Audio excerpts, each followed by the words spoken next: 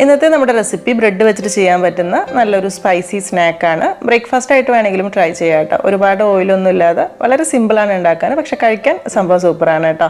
അപ്പോൾ നിങ്ങൾക്ക് എല്ലാവർക്കും ഇഷ്ടമാവും തന്നെ വിചാരിക്കുന്നു. ഇതൊന്ന് കണ്ടു നോക്കിയാലോ.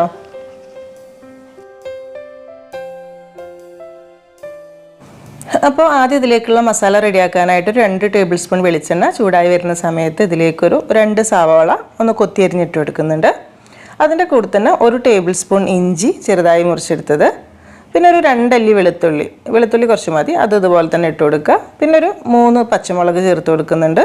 അതിൻ്റെ കൂടെ തന്നെ കുറച്ച് കറിവേപ്പില, പിന്നെ ഇതിലേക്ക് പാകത്തിനുള്ള ഉപ്പ് കൂടെ ചേർത്ത് കൊടുത്തിട്ട് അത്യാവശ്യം അങ്ങ് വഴറ്റിയെടുക്കാം.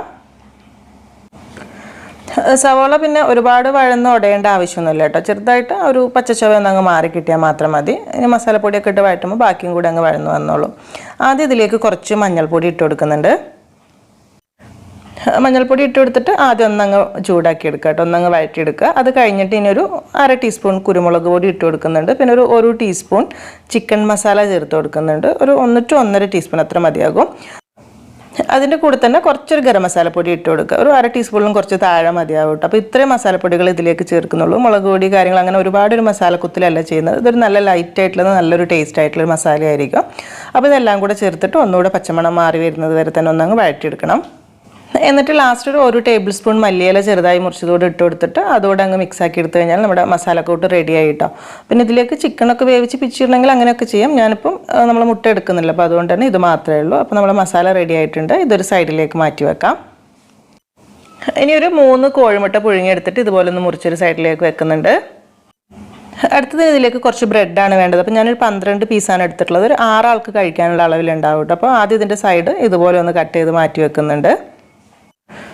എന്നിട്ട് ഓരോ പീസ് ബ്രെഡ് എടുത്തിട്ടും ഇതുപോലെ അതിൻ്റെ സൈഡ് ഭാഗം ചെറുതായിട്ടൊന്ന് പരത്തി കൊടുക്കുന്നുണ്ട്. ബ്രെഡ് മുഴുവനായിട്ട് പരത്താത്ത എന്താണെന്ന് വെച്ചാൽ ഒരു തീരെ കനമില്ലെങ്കിൽ കഴിക്കുന്ന സമയത്ത് ഒരു ടേസ്റ്റ് ഉണ്ടാവില്ല. അപ്പം സൈഡ് ഇങ്ങനെ പരത്തിയെടുക്കുന്നത് എന്തിനാണെന്ന് വെച്ചാൽ അതിങ്ങനെ ഒട്ടിയിരിക്കാനുള്ള ഒരു എളുപ്പത്തിന് വേണ്ടിയിട്ട്, നമ്മൾ മുട്ടയൊക്കെ ഉള്ളിൽ വെച്ച് വരുമ്പോൾ ഒട്ടിയിരിക്കാനുള്ള ഒരു എളുപ്പത്തിന് വേണ്ടിയിട്ട് മാത്രം. ഒരു സ്നാക്ക് റെഡിയാക്കാൻ 2 പീസ് ബ്രെഡാണ് വേണ്ടത്. അപ്പോൾ 1 പീസ് ബ്രെഡ് എടുത്ത് വെച്ചിട്ട് അതിലേക്ക് കുറച്ചൊരു തൂമാക്കി കൊടുക്കുന്നുണ്ട്. അത് നല്ലൊരു ടേസ്റ്റ് ആയിരിക്കും കേട്ടോ. അപ്പം ഇതെങ്ങനെയാണ് ചെയ്യാന്നുള്ള റെസിപ്പി നമ്മൾ മുൻപ് ചെയ്തിട്ടുണ്ട്, ലിങ്ക് ഡിസ്ക്രിപ്ഷൻ ബോക്സിൽ കൊടുത്തിട്ടുണ്ട് കേട്ടോ. നമ്മൾ എഗ്ഗ് വെച്ചിട്ടാണ് ചെയ്തിട്ടുള്ളത്. ഇത് എഗ്ലെസ് ആണ്. ഇതിൻ്റെ റെസിപ്പി ഉടനെ തന്നെ ചെയ്യാം. ഇനി ബ്രെഡിൻ്റെ പീസിലേക്ക് ആ ഒരു വൈറ്റ് സോസ് കുറച്ച് ആക്കി കൊടുക്കുന്നുണ്ട്, ഗാർലിക് സോസ്. അപ്പം 2 പീസിലും വേണം. കുറച്ച് കൂടുതൽ ടേസ്റ്റ് ഇഷ്ടമാണെന്നുണ്ടെങ്കിൽ 2 പീസിലും ആക്കി കൊടുക്കാം കേട്ടോ. എന്നിട്ട് ഇതിലേക്ക് നമ്മൾ റെഡിയാക്കി വെച്ചിട്ടുള്ള ഒരു മസാലക്കൂട്ട് ഒരു 1.5 ടേബിൾ സ്പൂൺ ബ്രെഡിൻ്റെ വലുപ്പത്തിനനുസരിച്ചിട്ട് വെച്ച് കൊടുക്കുന്നുണ്ട്. അതിൻ്റെ മേലേക്ക് പുഴുങ്ങിയെടുത്ത് വെച്ചിട്ടുള്ള 1 പീസ് മുട്ട എടുത്തിട്ട് ഇതുപോലെ വെച്ച് കൊടുക്കാം. ഇനി ഇതിൻ്റെ സൈഡൊന്ന് ഒട്ടിച്ചെടുക്കാനായിട്ട് ഒരു 2 ടേബിൾ സ്പൂൺ മൈദയും ഒരു ഇത്തിരി വെള്ളവും കൂടെ ചേർത്ത് ചെറുതായിട്ട് ഇങ്ങനെ ഒന്ന് മിക്സ് ആക്കി എടുത്തിട്ടുണ്ട് കേട്ടോ. അപ്പോൾ അത് ഈ ബ്രെഡിൻ്റെ സൈഡിലൂടെ ഇങ്ങനെ ആക്കി കൊടുക്കുക. ഇനി പച്ചവെള്ളം ആക്കിയിട്ട് ബ്രെഡ് ഒട്ടി കറക്റ്റായിട്ട് കിട്ടുന്നുണ്ടെങ്കിൽ അങ്ങനെ ആയാലും മതി കേട്ടോ. ഒരുപാടൊന്നും വേണ്ട. 2 ബ്രെഡിൻ്റെയും 2 പീസിൻ്റെയും എല്ലാ ഭാഗത്തും ഇങ്ങനെ ഒന്ന് ആക്കി കൊടുത്താൽ മതിയാകും. എന്നിട്ട് ആ ഒരു പീസ് ബ്രെഡ് എടുത്തിട്ട് ഇത് മുഴുവനായിട്ട് ഇങ്ങ് കവർ ചെയ്തെടുക്കുക. സുഖമായിട്ട് ഇങ്ങനെ സൈഡ് ഇങ്ങനെ അങ്ങ് പ്രസ് ചെയ്ത് കൊടുത്താൽ മതി. അപ്പം ഈസി ആയിട്ട് അവിടെ ഇങ്ങനെ ഒട്ടിയിരുന്നോളൂ കേട്ടോ. അത്യാവശ്യം നന്നായിട്ട് 4 സൈഡും പ്രസ് ചെയ്ത് കൊടുത്താൽ മതി. അപ്പോൾ ആദ്യത്തെ സ്നാക്കിന് വേണ്ടിയിട്ടുള്ള ഫസ്റ്റ് സ്റ്റേജ് കഴിഞ്ഞിട്ട് ഇത്രയേ ഉള്ളൂ പരിപാടി. അപ്പോൾ ബാക്കിയുള്ളതൊക്കെ ഞാൻ ഇതുപോലെ തന്നെ റെഡിയാക്കി എടുത്ത് വെച്ചിട്ടുണ്ട്.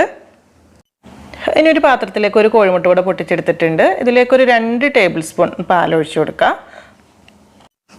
അതിൻ്റെ കൂടെ തന്നെ കുറച്ച് കുരുമുളക് പൊടിയും ഒരു 2 നുള്ളു ഉപ്പും കൂടെ ചേർത്ത് കൊടുത്തിട്ട് നന്നായിട്ടൊന്നങ്ങ് മിക്സാക്കി എടുക്കുന്നുണ്ട്. എല്ലാം കൂടി ഇതുപോലെ നല്ലോണം മിക്സാക്കി വെക്കുക. ആ ഒരു ബ്രെഡ് ഇതിൽ മുക്കിയിട്ട് ചെറുതായിട്ടൊന്ന് ഷാലോ ഫ്രൈ ചെയ്തെടുക്കാൻ വേണ്ടിയിട്ടാണ്. ഇനി ഒരു പാൻ ചൂടാക്കി അതിലേക്ക് 1 ടേബിൾ സ്പൂൺ ഓയിൽ ഒഴിച്ചു കൊടുക്കുന്നുണ്ട്. അതിൻ്റെ കൂടെ തന്നെ നല്ലൊരു ടേസ്റ്റിന് വേണ്ടി ഇത്തിരി നെയ്യ് ഒഴിച്ചു കൊടുക്കുന്നുണ്ട്. ഫുള്ളായിട്ട് നെയ്യിൽ വേണമെങ്കിൽ അങ്ങനെയും ചെയ്യാം കേട്ടോ. എന്നിട്ട് ചൂടായി വരുന്ന സമയത്ത് നമ്മൾ റെഡിയാക്കി വെച്ചിട്ടുള്ള മുട്ടയുടെ കൂട്ടിൽ ബ്രെഡ് എടുത്തിട്ട് മുഴുവനായിട്ട് ഇതുപോലെ ഒന്ന് എല്ലാ ഭാഗവും മുക്കിയെടുക്കുക. എന്നിട്ട് ചൂടായിട്ടുള്ള എണ്ണയിലേക്ക് വെച്ച് കൊടുക്കുക കേട്ടോ. ഇതുപോലെ വെച്ച് കൊടുത്തിട്ട് കുറച്ച് പെട്ടെന്ന് തന്നെ റെഡി ആയി കിട്ടും. ബ്രെഡല്ല, പിന്നെ മുട്ടയുടെ മിക്സ് ആയതുകൊണ്ട് കൂടുതൽ സമയമൊന്നും വേണ്ട. ഒരു സൈഡ് റെഡി ആവുന്ന സമയത്ത് തിരിച്ചിട്ട് കൊടുക്കുക.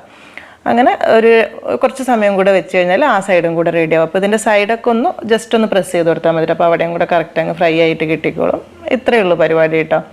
അപ്പോൾ ചൂടോട് കൂടി തന്നെ നമുക്ക് സെർവ് ചെയ്യാൻ വേണ്ടിയിട്ട് ഒരു പാത്രത്തിലേക്ക് എടുക്കാം. എന്നിട്ടിന് ബാക്കിയുള്ള 3 ഇതുപോലെ തന്നെ അങ്ങ് റെഡിയാക്കി എടുത്താൽ മതിയാകും. അപ്പോൾ ഇത്രയേ ഉള്ളൂ പരിപാടി. വളരെ സിമ്പിളായിട്ടുള്ള ഐറ്റം തന്നെയാണ്. ചൂടോടുകൂടി തന്നെ കഴിക്കുന്ന സമയത്ത് നല്ലൊരു ടേസ്റ്റാണ്. വേണമെന്നുണ്ടെങ്കിൽ മേൽഭാഗത്ത് ഒരു ഇത്തിരി കൂടിയൊക്കെ തൂമൊക്കെ ആക്കി കൊടുക്കാം. പിന്നെ ഇത് ശരിക്കും എണ്ണയിലിട്ട് നല്ലോണം ഫ്രൈ ചെയ്തെടുക്കുകയാണെങ്കിൽ വേറൊരു വെറൈറ്റി ടേസ്റ്റിലും കഴിക്കാട്ടോ. ഇതിപ്പോൾ നമ്മൾ ഓയിലൊക്കെ കുറച്ചിട്ട് ചെയ്യുന്ന ഒരു സിമ്പിൾ രീതി, ബ്രേക്ക്ഫാസ്റ്റ് ആയിട്ടോ അല്ലെങ്കിൽ സ്നാക്കായിട്ടൊക്കെ ചെയ്ത് നോക്കാം. അപ്പോൾ വീഡിയോ കണ്ടിട്ട് നിങ്ങൾക്ക് ഇഷ്ടപ്പെട്ടിട്ടുണ്ടെങ്കിൽ ലൈക്ക് ചെയ്യേണ്ട കാര്യം മറക്കരുത്. നമ്മുടെ ചാനൽ ഇതുവരെ സബ്സ്ക്രൈബ് ചെയ്യാത്തവരുണ്ടെങ്കിൽ അതും മറക്കരുത്. പിന്നെ എന്നും പറയുന്ന പോലെ തന്നെ റെസിപ്പി ട്രൈ ചെയ്ത് നോക്കുന്നുണ്ടെങ്കിൽ ഫീഡ്ബാക്ക് അറിയിക്കാനും കേട്ടോ. അപ്പോൾ ഇനി എന്തായാലും എന്നത്തെയും പോലെ തന്നെ നല്ല റെസിപ്പീസായിട്ട് നമുക്ക് പുതിയ വീഡിയോയിൽ കാണാം. താങ്ക്